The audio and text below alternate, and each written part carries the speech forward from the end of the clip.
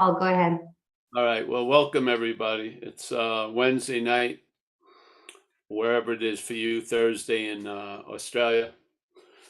I just want to read something out of the Big Book of Recovery, and I'll give you a little pre-setting of it. It's a chapter called We Agnostics, where the people who have recovered from this seemingly hopeless state of mind and body want to make it as easy as possible to anyone to enter the program. And of course, the program is presented has a lot to do with God, and so there was concern about agnostics based on the word God. They wouldn't take up the possibility of freedom from alcohol and drugs, So he's sharing, the guy who co-wrote it with a number of people. They're sharing about a very important influence in everyone's life, and it's called faith. Not a faith, not like Islam and Christianity, but faith. So he describes it as this. He goes, let us think a little more closely. Without knowing it, this is the condition, yes? Without knowing it, had we not been brought to where we stood by a certain kind of faith. So there's not a unique place where you're standing. It's basically wherever you've been brought to, and wherever you're standing, faith had a lot to do with it. Yes? The power. To me, I see faith like gravity or dark matter, like one of the universal forces. Yeah? In the dreaming is faith. I think faith is really what blows all the wind in the sails of the whole manifestation. So he goes, without knowing it, had we not been brought to where we stood by a certain kind of faith. So obviously, we have a lot of stories of what brought us to where we stand right now. Yeah? I made this decision, I did that, somebody screwed with me, I was born poor. Yes, something. There's a lot of stories or narrative that go with every place we stand, and how we got there. Yes. He's basically saying faith is the real force where you're standing right now, and how you got there was faith. Yeah. Now, faith is a very interesting thing, because when you start having an understanding of addiction, which they came to in this book, they said the problem resides in the mind, the mental activity. Yes. So the problem is brought to people by thought and interpreting feelings and events and people and stuff. Yes. So we're relying on something to tell us what's going on in life, and through thoughts, through, like people have confusion about, they feel like an electrical charge. They think it's anxiety when it's excitement, really. They're happy about something. Yes, we're pretty much out to lunch based on like the control panel. We have, what I mean, or the dashboard. We just don't know what's going on, really. So he's saying this, without knowing it, had we not been brought to where we stood by a certain kind of faith, for did we not believe in our own reasoning? Yes. Did we not have confidence in our ability to think? What was that but a sort of faith? Yes, we had been faithful, abjectly faithful to the God of reason. So in one way or another, we discovered that faith had been involved all the time. And I would say this time right now is included in all the time. Yeah. So this assumption to me is beautiful, because it's basically going to the root of why things are. Yeah. We may have thousands of stories, but from their view, it is faith. Yes. So it's very easy as an addict and an alcoholic to realize faith. because there was a lot of faith in the thoughts that were going on, yes, to the point where false evidence was appearing real. Yeah. So I thought someone was screwing with me when they weren't even thinking about me. Yes. You saw shit that was manufactured through faith based on believing these thoughts. Yes. So the thoughts would be telling me it's going to be a terrible day. And then I acted like it was going to be a terrible day. It wasn't a terrible day. It was just a day. Yes. But the whole thing, where I stood and how I got there, was by faith. So suffering from the obsession with self and the identification as self, which is the underlying condition of addictions, yes, you see faith at work, because you had faith in false evidence to the point it appeared real to you. That's amazing, yeah? So flat out false evidence kept appearing real to us. How did that happen? Yeah. Well, I think it happened by faith. Yeah.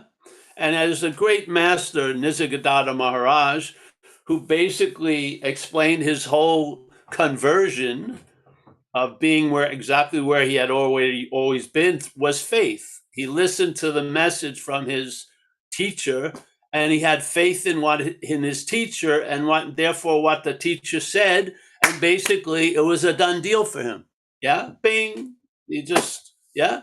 So faith brought about that effect in a way. In that words, he had faith in satsang and faith in the guru, or faith in spirit, and in his example or expression, that was more than enough. Maybe there'll be more needs for other people, but he's a very incredible example of what faith is. Yes. So this power, this force, and so if that faith is put into and I feel faith, this force is going to, in this dreaming, is going to manifest by the vehicle it's put in. Yeah. So there's just faith, a potentiality of bringing about a lot of appearances. Yeah. It can bring about things. It can make mountains out of molehills. It can move mountains. It can do whatever. So here's this faith, and the faith is in the thoughts. And now the thoughts are producing incredible amount of anxiety based on false evidence, really. It's like a miracle, but the effect is a weird one. Yeah. We're making shit out of nothing. That's not Paul or Stewart. Paul and Stewart is like an emblem on the car. Yeah. It's like the Ford symbol. It has nothing to do with the driving of the whole life or anything. It's a narration. It's like a voiceover. Yeah. But it's not the wheels. It's not the engine. It's not the fuel. It's just something that goes on and tries to keep running with the experience of life and claim it. Yeah. And make a story out of it. And somehow or another, it's attracted faith into the system to the point that its story can override our exact direct experience of conscious contact. We have the eyes to see how the day's going. Yeah. Yet a lot of people, they have no idea until they get home, and around 8:00, the head tells them they had a bad day. And not seemingly being in the moment of that day, they don't know any better. They go, it's just like it said in the Course in Miracles. The head has made this something else to be ourselves. And why would we doubt it when it tells us about us and life? Yeah. But we should doubt it, because it's like Hal in 2001. It's taken over the mission. Yeah. It's like, it's got something up its little mechanical head, and it's like running the show now. Yeah. So it doesn't have any light, the head. It doesn't have a source of light. It's reflective. Yeah. And it's reflecting, it's directing the faith to bring about the manifestations of a lot of fucking false evidence. Yeah. Now, what would happen? Just like Nisargadatta, he heard from someone he trusted the truth, and bammo, there it went. Yeah. Now, that's not going to be probably the experience everyone has, but it's the same principle. Yeah. Yeah. Is faith is too much of a power for us or for the head, which is us. Yeah. There isn't any us, but it's the head where there's a seeming someone. The head, this faith is too much power for that head to be marshaling it and directing it. Yes. It's just above its pay scale. Yeah. So basically, I feel the only thing we need to do is admit the situation we find ourselves in, not as a person, but admitting it, just telling the truth. Yeah. How the hell does what's not happening override what's happening? It could only do it through faith. Yeah. Yeah. Just like they say in America, the stock market, if people lost faith in the stock market, it would collapse. It's nothing. It's all based on the faith of the people that are investing in it and the other shit. Really. If they lose faith, bammo, the whole thing collapses. Yes. So I feel what happened in this life and this action figure, certain things occurred, and in a weird way, something intervened on the action figure. Yeah. And took over the controls away from the head. And then the same faith that, see, was weird. When I was young and I started to drink and use, I found I had magnetic appeal to people in uniform. I attracted police quite unbelievably. I mean, you couldn't have planned it. And I felt that is faith, really. There was a faith in there that sent out a message. And man, I got the shit. I got run over twice. Once would have been enough in most people's view, but twice. So there was a fear that something's, I can't manage this power. So it should be given over or surrendered, or just admitting that. Yeah. You don't have to surrender, because the absolute is who is there to surrender and to what. But in the action figure world, surrender is a damn good dance. Yes. So you've admitted that whatever is going on, it has failed and is failing. Yeah. And basically its failure is driven not by itself, but the faith that's put in it. So maybe, just maybe, this life could be quote unquote successful, whatever that would mean, if the faith would be put in it in a new direction. Yes. And the admittance is, I can't do that. Yeah. I can't direct the faith. I'm the effect of directed faith. I can't direct the faith. So there's a truth, a telling of the truth, and suddenly things change. I haven't gone to jail other than to visit people in 34 years, where at the end I was going to jail like once a week, pretty much. I mean, it was getting, they just left the cell open for me. I was inevitably going to be there before the weekend was over. So what happened? Yeah. So I have this real strong feeling about faith, yeah, as a force. And the key in the dreaming is it's going to manifest by the vehicle it's put in. So if it's put into the mental state, it's going to manifest the mental state's view, yeah? If it's directed by whatever, anything other than the mental state, you'll see what's directing it by its effects. Yes, you can't see it. There's no thing doing it, but you'll notice its, let's say, its intent by the effects it's having. So basically, instead of enslaving you to yesterday and tomorrow, today, it's enriching your day. It's the same energy. Yeah. But the dilemma is direction. It's what's directing it. Yeah. If it goes down this tunnel, there's a hurricane at the end of it. If it goes down this tunnel, it blows your ship through the life of, the ocean of living. Yes. It's just, it's really the same energy. Yeah. So What does non-duality have anything to do with this? Well, it's the context of all the dreaming, yes? So that which is the sky is the context of all the clouds, yeah? The clouds could not appear unless there was sky, yes? And yet, all of the appearances of clouds doesn't change the sky. So there's non-duality. Now in the dreaming, and there's an aspect of the Course in Miracles where it says, basically, like Ramana said, there's only two things you could do. Either you inquire about the origin of your misery or you surrender, thy will is done, basically, yes? So basically, self-inquiry, yeah, checking, hearing satsang of non-duality, and or I could say they can be both. One can be a timeless expression, the non-duality entertaining, and then an expression in time would be the surrender for the action figure. Yeah?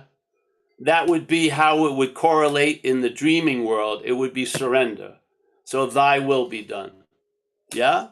Beautiful, really. So you admit, what do we do in non-duality, really? You admit you're never going to get it, really.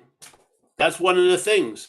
You get lifted out of the idea that it's going to be another experience among a myriad of experiences that always includes you in it. It's not an experience, yeah? There can't be two in this tango. It's a solitary dance, or no one actually. But how does it translate in the dreaming? It translates in a traveling lighter, yeah, as the basis of the dreaming. So the basis of every day, how you are, is now not this obsessive mental point, but a very, very like open, panoramic, relaxed awareness type thing. Yeah. It's like, so no matter where you stand or whatever brought you there, there's still nothing. Yeah. It's beautiful, really. Yes. Yeah. So I feel faith is one of the main aspects of satsang. Yeah. Because after a while you're sitting here and you've had an unspoken yes or something, yeah, that knew before all knowing, and it's galvanized. Something that can't be felt, tasted, and touched or seen or heard is now the most solid part of your life, yeah? That invisible state is quite intimate. Yeah, yeah. Faith, yeah.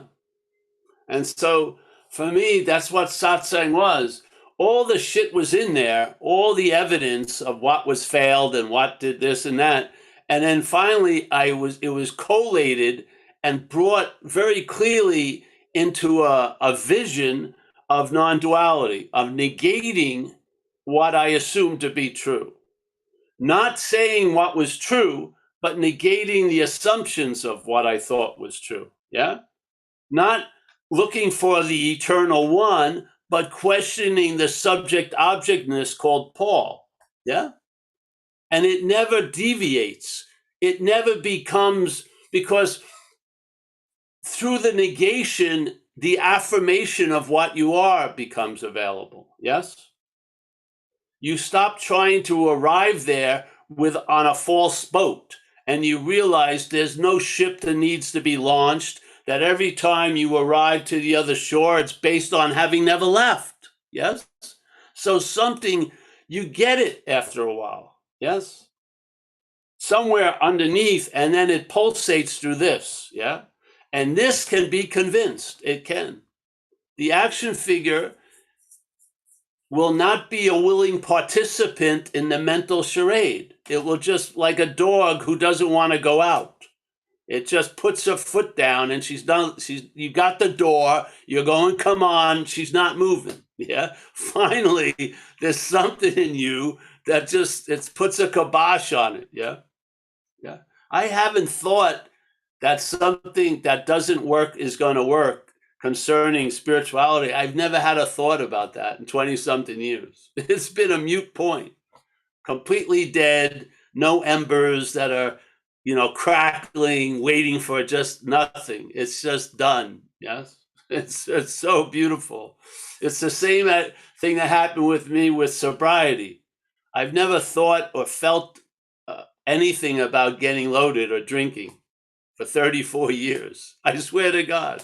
It's like something that was so influential in my life has absolutely no existence in it now. Pretty cool. Yeah. So faith can move mountains. Yeah.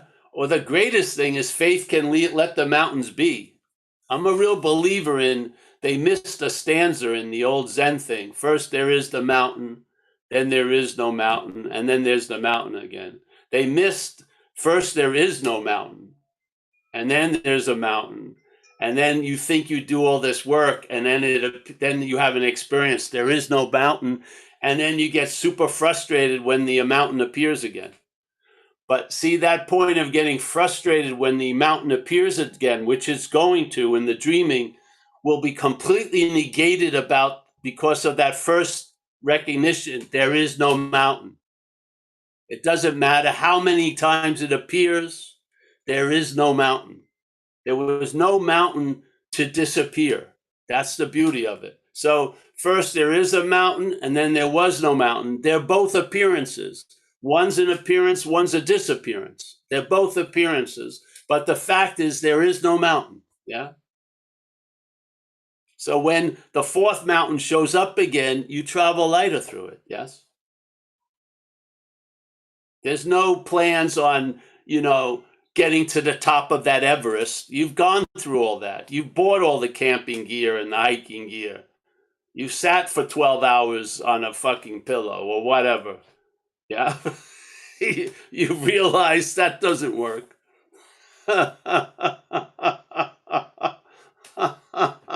It does work because it fails you. That's how it works. Yeah. And I feel we've all graduated from the school of failure. I hope. I hope, seriously. Because if you're looking to use non-duality to get somewhere, you're going to be sorely disappointed. It's going to be like that big dog. It's not going to move. You're going to be pulling it, serve me. No. So, yeah. So there you go.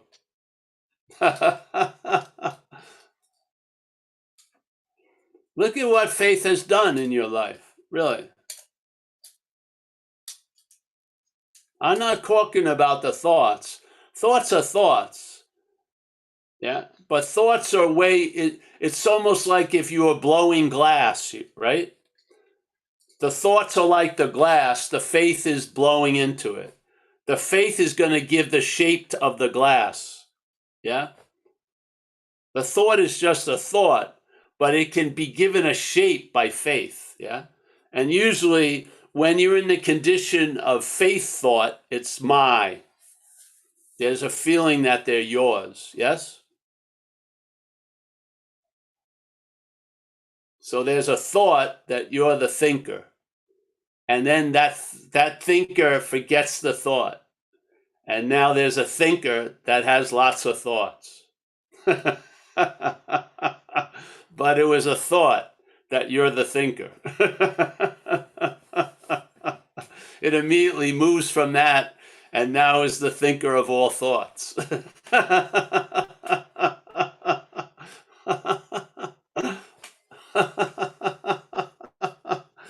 I'm going to line up all these thoughts. Yes, sure.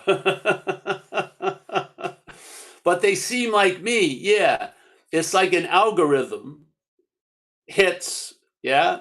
Let's say relationship drops in, and then the algorithm triggers the keyboard. You hit Paul, and then there's like 12 thoughts that are about Paul and relationships. So you say, these were definitely my thoughts because they're, yes, but it's just the algorithm kicks it. the key gets hit, and then there's a download. I had it when I was young. When I first met a spiritual teacher at 19, I had grown up Catholic, had no idea of gurus and meditation and stuff. Yet then once I met the group, I had thousands of ideas of gurus and meditation and everything. Where did they come from? Thousands of them poured in. I swear to God. I met the topic, had never thought about it. Suddenly, tons of thoughts about it. And tons of assumptions, like I knew what they should be like. Now I know what I need to be. It was just unbelievable. It was like the policeman on steroids. And the only way I could get out of the policeman was to get loaded again as the thief. That was my only solution. I thought the thief was bad, but the policeman was way worse. Jesus Christ. I mean, every fucking shirt was starched and you had that stick up your ass. It was freaking very uncomfortable. I couldn't give myself permission unless I got loaded. That was weird, eh? It was a weird condition. So there is life beyond policeman and thief, yeah? Yes, for sure. Some people have run into the super policeman. He's got like 4 stripes, a sergeant or something. Yeah. And they've done so much, man, I swear. They've licked a toad, they did ayahuasca, they fucking rolled in shit if that was meant to do something. They've dug themselves and put themselves in a hole for 4 days with like a straw. They did this stuff and they're still fucking crazy. It's incredible. Because now the super policeman's on the beat. Oh, it's worse, I swear. It's true. Ignorance is bliss in certain conditions. It is.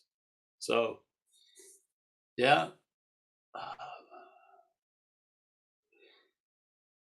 Can I ask you just say one thing, which I'm saying a lot, but your basic ability, your experience, or your observation of seeing, hearing, feeling, tasting, touching, yeah? Now there isn't like 5 different things or 5 different winds that are doing it. It's just one wind going through 5 flutes, so to speak, yes? Like one wind going through the 5 gates of the senses. There's not like 5 different things going through the gates. It's one consciousness going through the 5 gates, yes? Do you believe, has it ever displayed thought and effort to be conscious? Have you ever sweated by seeing, you know? You know what I mean? Like a workout? Jesus Christ, I've been seeing all day. I'm exhausted, No. It's just, I mean, the eyes can go bad, but what seeing doesn't, yeah? So there's really no thought and effort in that which is being, that which is seeing, hearing, feeling, tasting, touching, yes? It doesn't seem to demonstrate any effort to be conscious. It seems like that's this natural fact, and it's just expressing it. And in this way, it expresses through 5 gates. It could be 80 gates, yeah? So why would you believe that you could arrive at that through thought and effort if that doesn't demonstrate any thought or effort?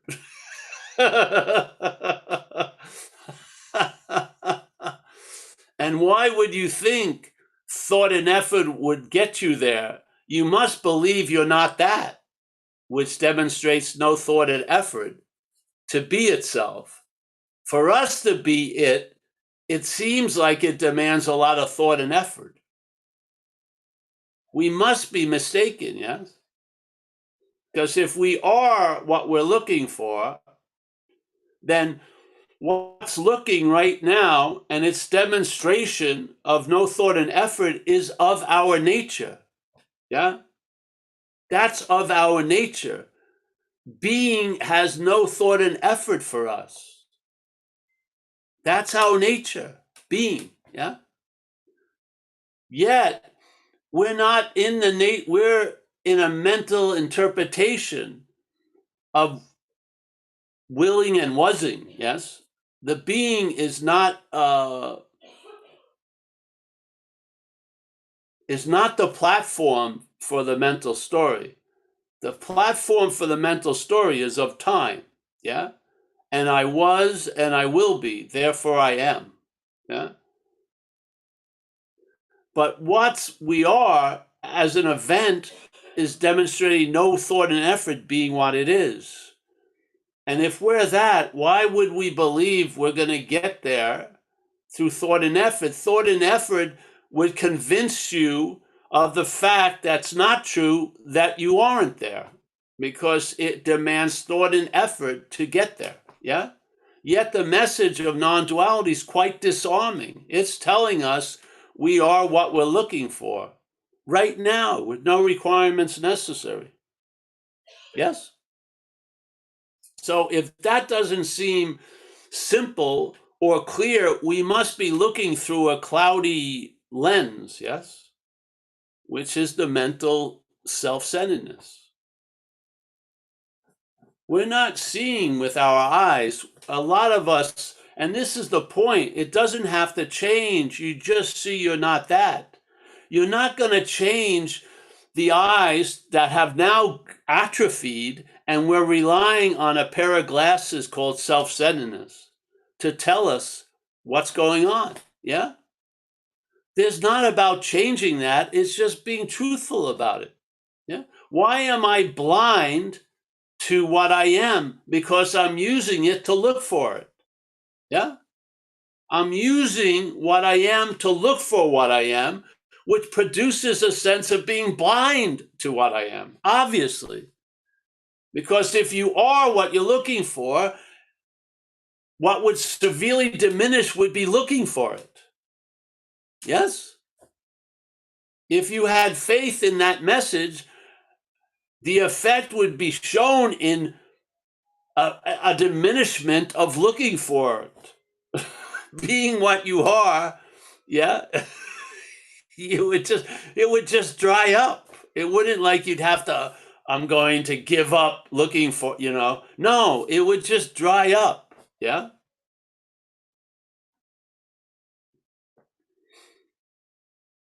And then all the call to arms and chariot of the gods and let's go transcending, you'll probably have no interest in it at all because you're just rooted. You can't get out of here. That's the great wisdom of no escape. Yeah.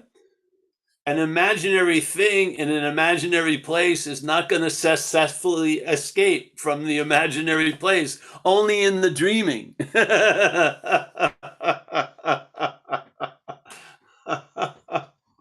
Yeah. So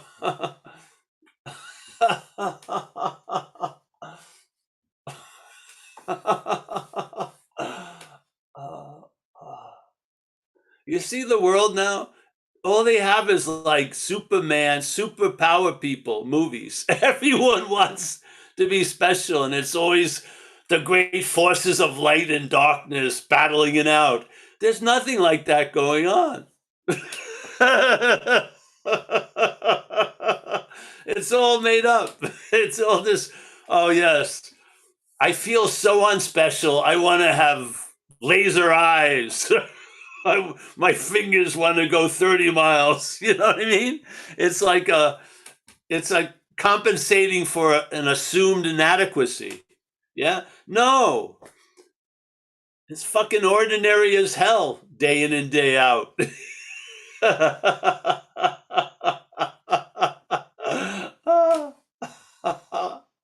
I swear, man, everything. It's just, I can't believe it. And then on some of these YouTube things, they want to say the real story of a fictional character. You know what I mean? Like in Lord of the Rings, I get a lot of YouTube things, and they go, what's his name doing before the Lord of the Rings? Nothing. He's a fictional character. There was no fucking Aragorn. It's in the book. How was he feeling before? He wasn't feeling shit. It's just insane. Oh, we're going to dive deep into the history. There was no history. It was made up. The guy came, Aragorn, wrote it down. No, there was no history. This is us, yeah?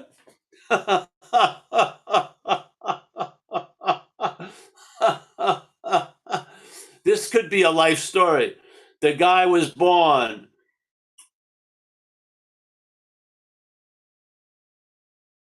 became a cobbler, made shoes and fixed shoes for the rest of his life, passed away quietly at night. Nobody missed him. Who'd sign up for that?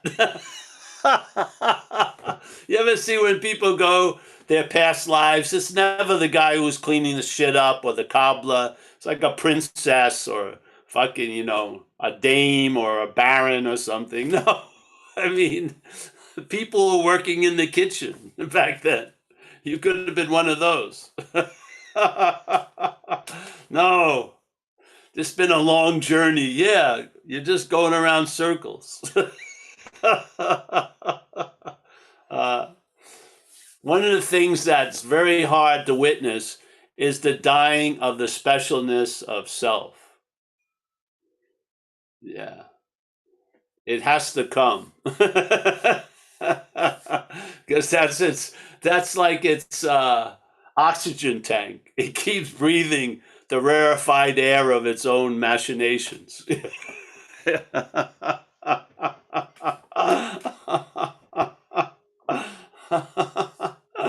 Oh, yes.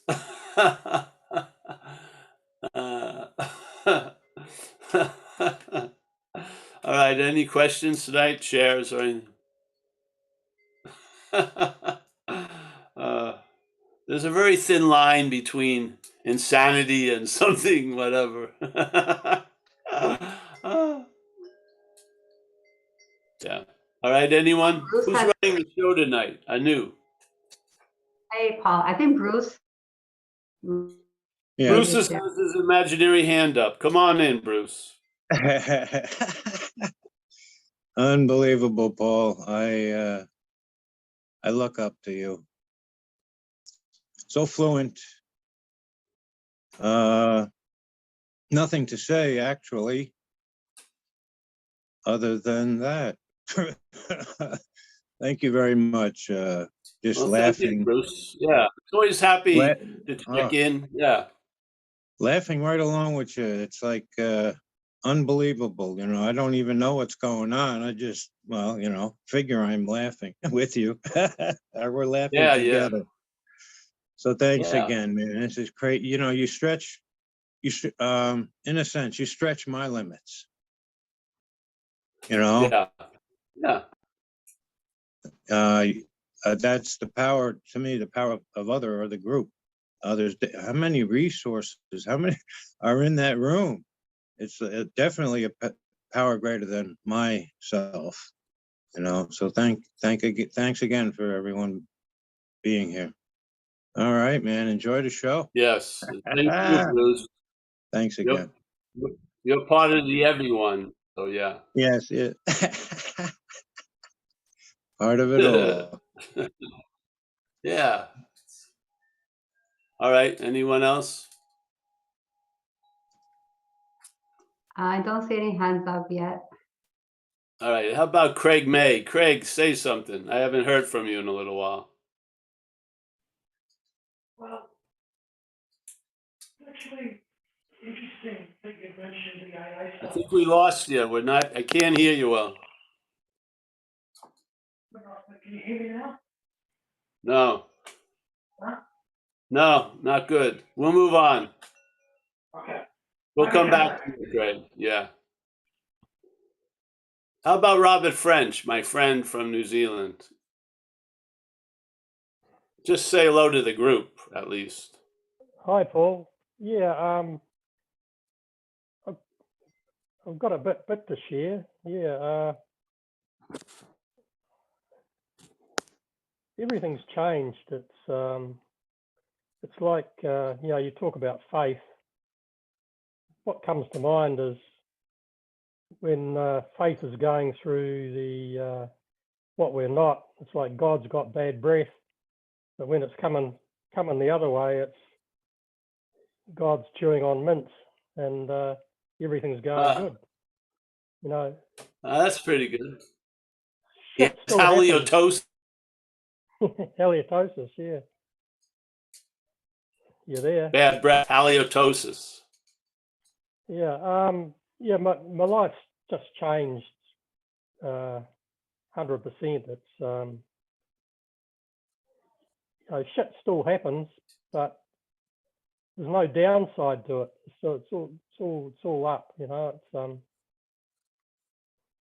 hard to explain what's behind it all, but life's just great. It's just going well for me. Yeah. It's Great. Yeah. yeah, and Yeah. you know, like you say, you have a wide perspective. That's exactly right. I have got a wide perspective, but I can get very focused into something that I've never been able to focus, but now I can just focus in on something and get it done, and then the perspective zooms out again. Yeah. You know, Yeah. it's just a simple mundane task. I can get super focused on it, and there's no aversion to doing it. There's just absolutely no aversion. It's just all it's just neutral. It's just, but there's an enjoyment there. Yes. Yeah. That's a pretty good description. To Yeah. me, it's almost like when people who used to do crystal meth, they would tweak. They get Yeah. absorbed. This is an absorption without the crystal meth. And you can keep Exactly, some yeah. good teeth and shit. Yeah. Yeah. And you have no halitosis, that's for sure. But yeah, the thing can go and yeah. Yeah, you get Yeah. absorbed. You get absorbed and instead of being afraid of that, it's a joy, yeah? It is, yeah. Yeah, you get absorbed and yeah, it's cool. Yeah, I've done the same job for about 60 years, and I'm still working at 76 years old. And most of that 60 years has been an aversion to my job. But now I've just got getting so much enjoyment out of it, and my work has improved too. Mm. You know, I'm doing some really good work. Oh, cool. Yeah. Yeah. Yeah. I have the same. Yeah, I've observed those effects too. Yeah. Not with a job, but with, yeah. Yeah. And also with relationship, it seems like my wife is getting the benefits of it too. Oh, yeah. I don't know whether it's reflecting from me, but she's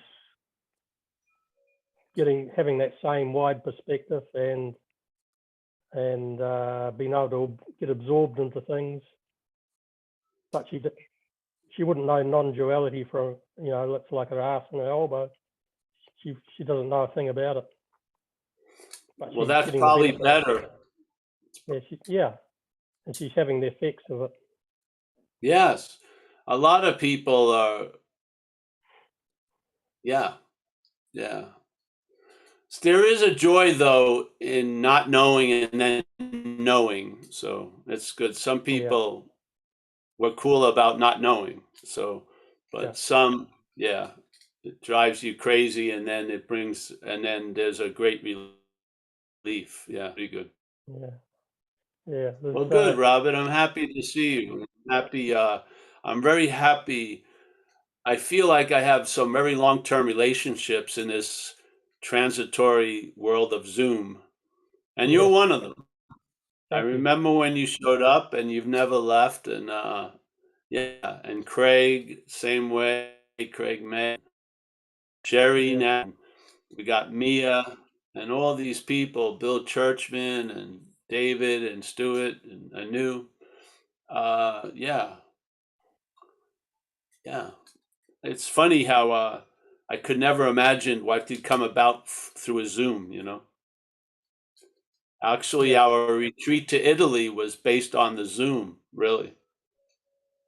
Yeah, and so, yeah, that's the beauty of it. Life continually proves you wrong, proves what you're not wrong, and you get used to it. It's sort of, you look forward to it, really, because we had a thing in AA, a simple demonstration, but very powerful in recovery. And you came in, you would have a mentor, who would be a sponsor or someone who would start knowing a little bit about you. And then if they had a good feeling about you staying sober, they'd have a thing, they'd say, listen, write down everything you want after a year of sobriety, you know? Just the sky's the limit, whatever. Write down. And then when you got to a year, they would show you what you wrote and how restrained the possibilities that you were able to entertain in that bondage of self, and how so much life had given you so much more that you could never have imagined. Yeah, just by, you didn't even have to open the door, just get out of the way. Yeah, and it was very, very powerful, the demonstration, because you're thinking you're so big, but your life, you're playing so small. Yeah, you're just like enslaved. And then when you had the chance of what it would be like in a year, you couldn't do it justice because of where where you were entertaining it from was so claustrophobic and so imprisoning. So it's amazing. Yeah, it's amazing to watch what happens. Yeah. I mean, I feel like you're the teacher and the taught and the student, everything at the same time. Yeah. And man, some of these lessons can be very, very convincing. Yeah. Mm. Yeah. You come to a conclusion and then that's it. And then now you move on into fertile, empty grounds. Yeah. And yeah, it's cool. So I'm happy to see you, Robert. Thank you. Yeah. Thank you, Paul. Paul, David has his hand up for a question. All right, David. G'day, Paul. G'day, everybody. Hey, David. I really like what you started off with, the faith thing, Paul. I've always, as I've said for a fair while, I can't remember how long, that I get really good at anything I practice, and I can be practicing bad things or what perceived bad things, and then I can play guitar all right, you know, and I've practiced it a lot, so that's a good thing for me. But I've also practiced my whole life believing my thoughts and definitely believing that I'm this. And so where I'm at now is, well, when you spoke about the faith thing, it's sort of one step above that, I suppose. Basically, it's having faith in whatever I've done. That's sort of whether I perceive it as good or bad. But I still have a little bit of trouble. Like I seem to have the thoughts thing down. You know what I mean? I sort of go like, they're not mine and this and that. But the foggy glasses come down every now and again on on this, you know, like my believing that I'm not this sort of thing. That's what sort of catches me out. But it's actually beautiful sometimes. I mean, it happened this morning coming to work, and it happened last night when I was brushing my teeth before I went to bed. It's like I see myself in the mirror now, but it's not like I'm looking from that in the mirror. It's like something's here looking at that.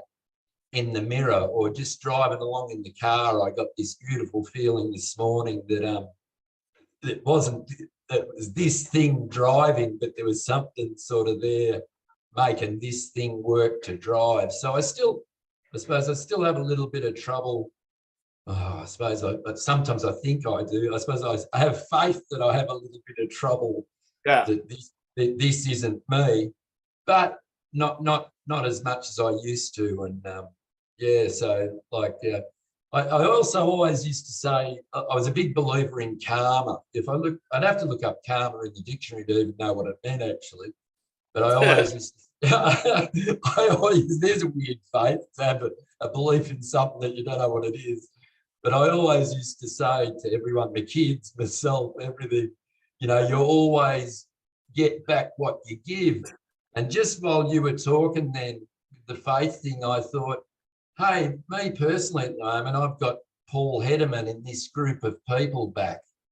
So I must have given something pretty okay in my life to get that back, But I don't know what your spin on karma is. Like, I don't know what that is. I'd like to hear one day if that's a thing or what it is. Yeah. But thank you. One thing I'll tell you, you can wear a lot of stuff loosely. Yeah. Yeah. Instead of ornamental, not useful, really. Ornamental. Yeah. I know a lot of people believe a lot of stuff, but when they read the definition, or the real strong thing I loved was the idea of non-doing, which is there's doing, but there's no doer thereof. Yeah. So non-doing doesn't mean you don't do anything. It means there was never anyone who did anything. Yeah. So it's a whole different way, because it used to be fun when you tried to non-do as a doing. So it goes so absurd. So really it's there's an action without the actor, so to speak. Yes. So it's beautiful. Yeah. So yeah, I have my life as an action figure was sobriety, and I like the idea of like the Sufi poets, Hafiz and Rumi and stuff, how they call the emptiness beloved and stuff like that. Yes, I'm going to meet the beloved, which means it's already there. But they put a beautiful, they make it just a beautiful piece of art. Yeah. So I feel like I really feel that this life can be seen more like an art project than anything else. So yeah, yeah. So I have that feeling of surrender is much more tangible to the action figure than void. Yeah. So the action figure has a lot of beliefs that why waste time trying to change it? Yeah. Just realize it's not you. And to me, one of the highest forms of expression as an action figure or through one is surrender. It's just beautiful, where it's not thy will be done, it's thy will is done. It's observing. It's an observation. You've seen enough miracles to realize this is a field of miracles. Yes. Yeah. They're not random occurrences, they're popping up everywhere. So I like the idea of thy will is done, and not as a prayer, but as an observation. Yeah. And then what happens? It settles on you differently, and you'll come to different conclusions. Yeah. Because you won't start on the foot that it was you going or trying to understand. Yeah. You'll just fall into it, and it's just much more solid. Really. Yeah. So you remember with Nisargadatta, he loved to look at, he had all these pictures and he'd clean them every day, and people were going, well, there's nothing, why, he says, because I like to, Same thing with smoking cigarettes.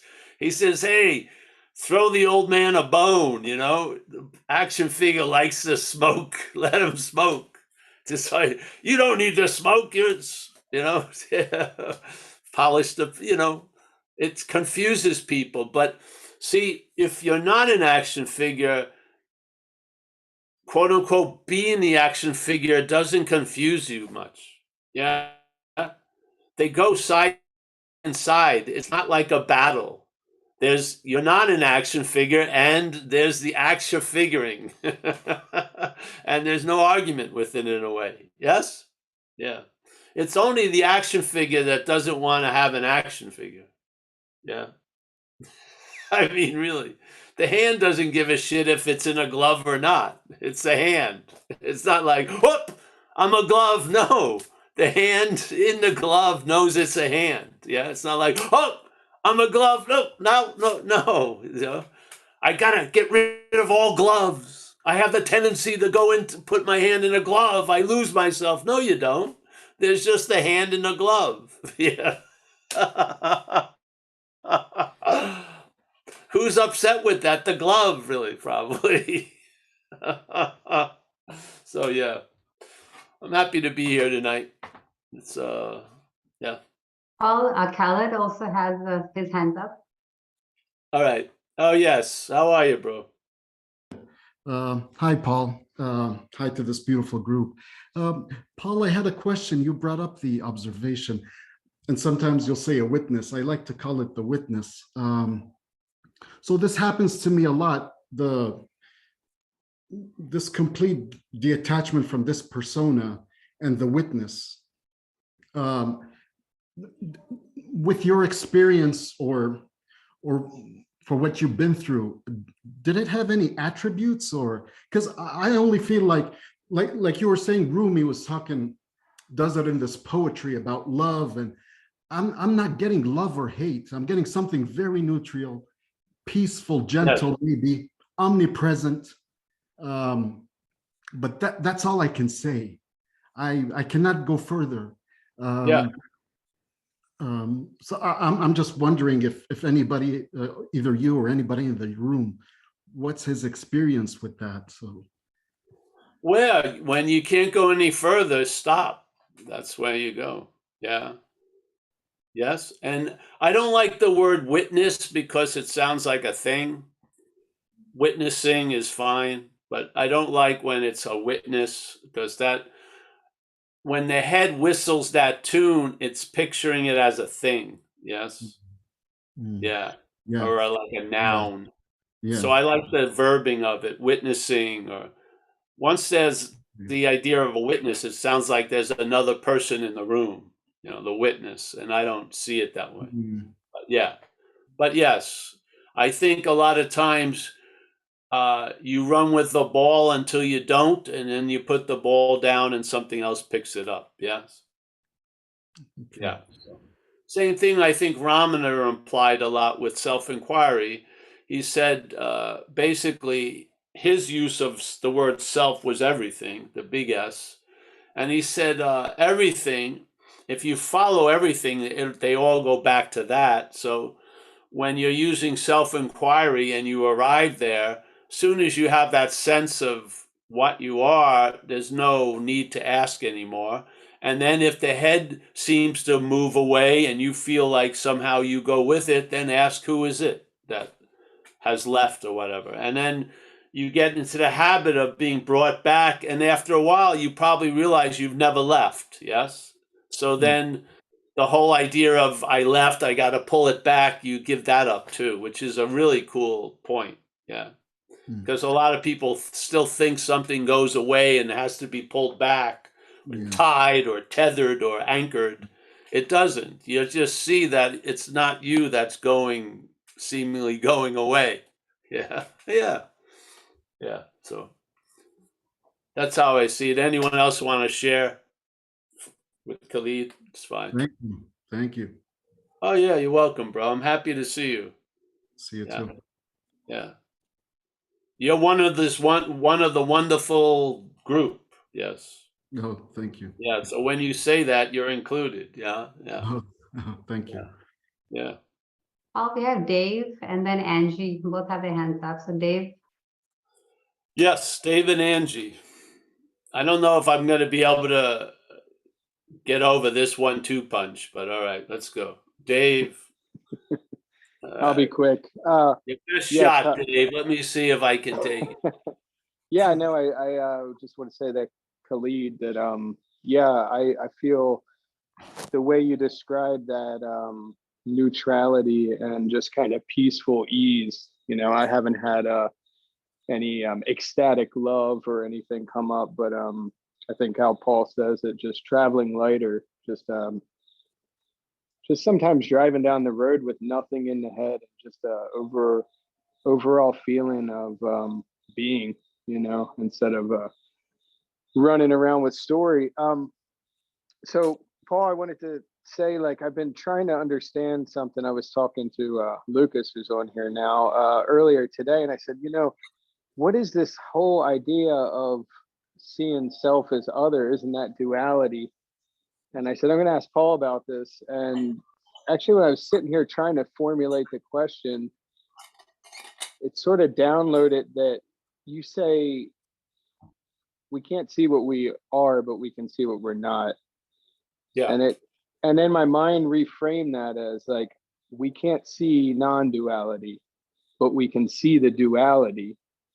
And from, I don't know, duality has always driven me crazy. Yeah, I used to stare at the yin and yang and just try to figure out how to swallow the whole thing instead of be caught on the two sides. And yeah, that just hit me as I was sitting here trying to ask that question, that yeah, we can't see non-duality, but from non-duality we can see duality, which sort of proves the point, right? That we're staring from a non-dual space. Yes, it does. But let me share this, because without knowing this, we're in a dual state, seemingly. We're in a dual activity. That's why we want to take an aspect of that and see it as other. Yeah. And then that which is seeing it will also be seen as other. Yeah. And there'll be a negation of the two. But I don't think the two can negate a one or affirm a one. So we've got to, it's almost like dissecting, like, you know, separating the Siamese twins and then realize they're not, neither of them are your kids or whatever. Yes. But you got to go one to the other, because right now we don't think we're two. The head, the mental state does not think it's two. It thinks it's one. Yeah. So if you keep talking about one, it's like, yeah, here I am. Yeah. So we want to see that there's something going on as the one that's other. Yeah. Not other than from the one, but other. Yeah. And then that way you arrive at where you already are. I didn't see the other way working, which is trying to keep affirming the oneness and trying to get it through the two-ness. I just didn't see that would work. Yeah. Because we are right now the demonstration of two-ness. Yeah. There's a constant flowing and up and down, like a slinky of, you're the one who's doing the thinking, you're the thought about. Yes. So there's this dualistic thing. And so we're not trying to negate a thing called duality out there. We're trying to negate the duality that we represent as an appearance here. Yeah. So it seems that's like that's how I saw it. Because I first heard, you know, descriptions of what we were. That didn't work, because Same. it was the two-ness hearing about this oneness, and the only way it could hear it was as a two-ness. So it could only come up with concepts, about it, instead of finding out about it by the negation of the two-ness that we represent. Yeah. So first, if the two-ness is appearing as one, we need to separate and see that Siamese twins. Yes, there's not one, it's two, and then to recognize, yeah, one goes. Yes, yes. And then the other, basically, it's funny. It's almost as if when the image in the mental mirror disappears,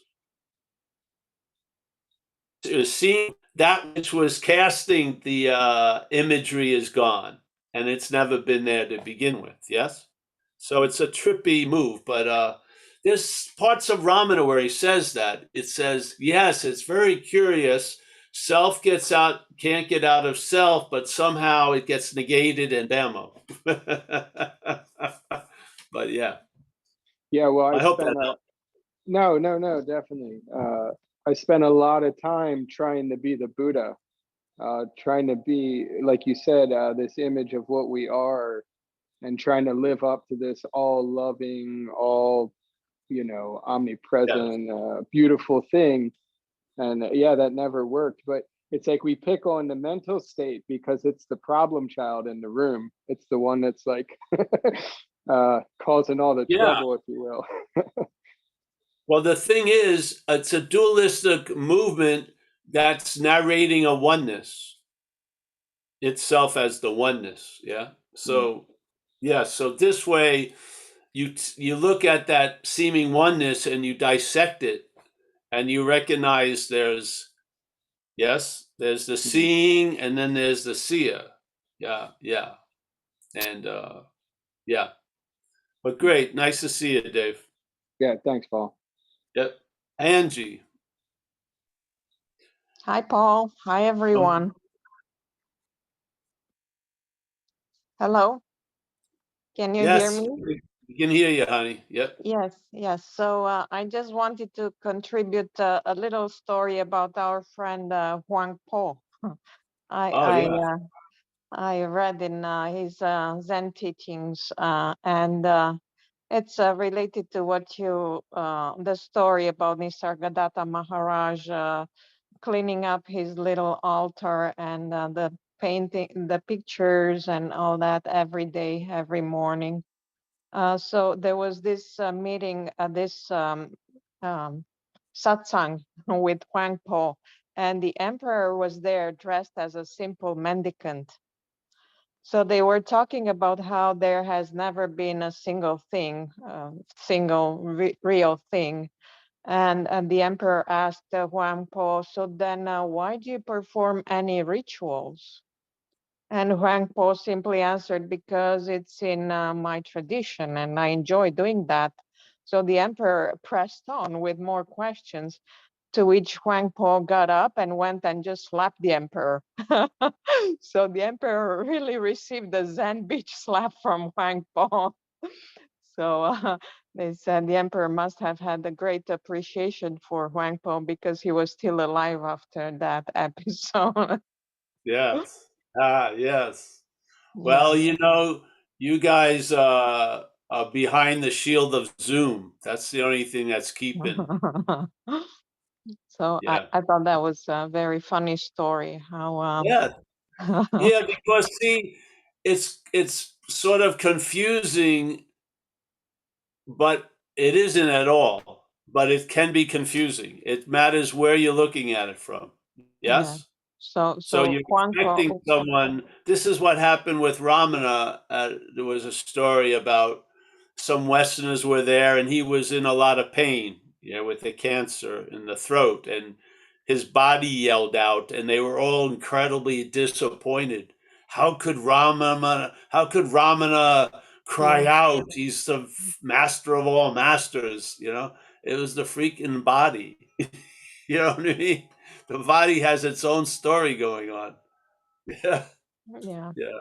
So speaking of difference between the glove and the hand, so the glove can do whatever it wants to do, but it thinks it wants to do, but it's the hand inside that is Yes, of animating it. course. There's no animation in the glove itself. No. Yes. It's an empty appearance. Yeah. Like that whole thing of Buddhism, of the emptiness of things is that they don't existence. Yes. They're appearances. Of course, they're coming from existence, but as the appearance, they don't exist. Yes. They're appearing. And so everything is inherently empty of existence Yeah. that we see and this and that. Yeah. Yeah. So doesn't mean it isn't fun or it's not, or it's fun. It doesn't mean anything. Yeah. Yeah. So we give everything the meaning it has. Yeah. Yeah. So the Thanks, koan, Angie. Thanks for the anytime you koan, want to share a Huang Po story. yeah, the koan they were Yeah. discussing was something that they've talked about karma and how you think you're accumulating karma. So it was it goes something like this: if there has never been a single thing, that then where's the filing dust to cling? So there's no problem. So yeah. Ah, That, very nice. Yes. Yeah. So if what we read the first two things, and then I'm going to add a line to it. So go ahead. if there has never About the been, comma, Angie, do the first two lines. which ones? Yeah. So if there has Those, never yeah, been the two lines about karma. karma, We're losing you. Yeah. no, If there's there's no never been a thing, whatever, and then a the next single line. thing, then where's the filing dust to cling? So the filing dust doesn't So have any let's magnet to cling on. stop thinking and start to sing. All right. So let's stop thinking and start to sing. Yeah. That's the third line. That's true. Yeah. There Nothing you to go. solve. Let's Nothing start to dancing solve. and stop to sing. Start to sing. Hmm? That's right. There's no There you problem. go. That's right. It's nothing. There's nowhere or nothing that anything could collect. Yes. Yeah. Yes. You can't put a wind. You can't put a suit on the wind. Yeah. Yeah. All right. We're getting cryptic. We better go. Anu, we're gonna say goodbye. Okay, all right. Thanks everybody for your shares today and your questions. Go ahead, Paul. Yeah. Let's say Angie. Thank you as always. Bill C. Is Kathleen around? Yes, Kathleen. Less confused and happy. That's good. We got David in Oz. We got Stuart from Oz. We got Mr. Kiwi, Robert. We got Sherry. It's always a pleasure, Sherry. Nice to see you. We got Craig May. We got Mia. She's down in San Diego. We got Bruce. He's up in his attic, I think, somewhere. We got Khalid. Let me see who else. Oh, Tej is here. Nice to see Tej. Stefan on having never left, literally. Kerry in Hawaii. Nice to see you, Kerry. We got Susanna W. looking up at the roof. Oh, there she is. Nice to see you, hon. Yes. We got, Sanda. Sanda has graced us with a visit from India. Thank you. I was been thinking about you, honey. You got your hair cut or something too? Yes, it's looking good. Don't start, shaving it. No, let's not go that far. Yeah. We got Alan. Alan, nice to see you, Alan. Thank you for all the donations. Appreciate it. Dave B with his significant other. We got, Mandy. There she is. They got two Zoom squares. Sue K, David B, Amelia's iPhone. Let's see. I think that's it. Hey, thanks, folks.